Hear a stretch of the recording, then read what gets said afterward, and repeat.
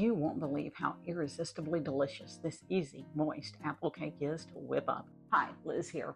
Y'all, fall called and said it's time to start our fall baking. So we are making the crown jewel of apple cake, loaded with so many pecans and apples that it's irresistibly crumbly. Now let's bake up easy fall apple cake. But first of all, please like and subscribe. Let's start off by preheating our oven to 350 degrees. Then grab a medium to large mixing bowl and add 2 cups sugar, 2.5 cups flour, 2 teaspoons baking powder, 1 teaspoon baking soda, 1 teaspoon salt, and 1 teaspoon cinnamon.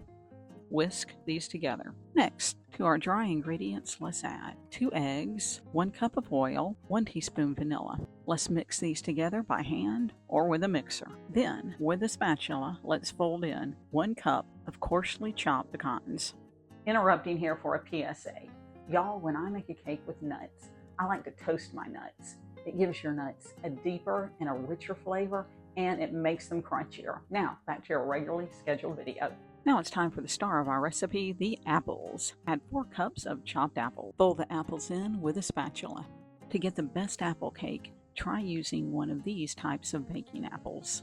Next, let's spread our batter in a 9x13 baking dish that has been greased or sprayed with baking spray. Lastly, let's sprinkle an 11 or 12 ounce bag of butterscotch chips over the top of our batter. These chips, combined with the pecans, give our cake a crunchy caramel flavor. Now it's off to our 350 degree oven for 1 hour.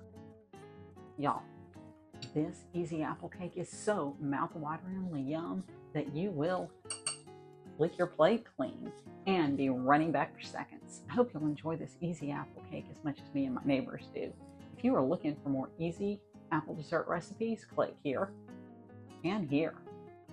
Thanks for watching and happy fall baking.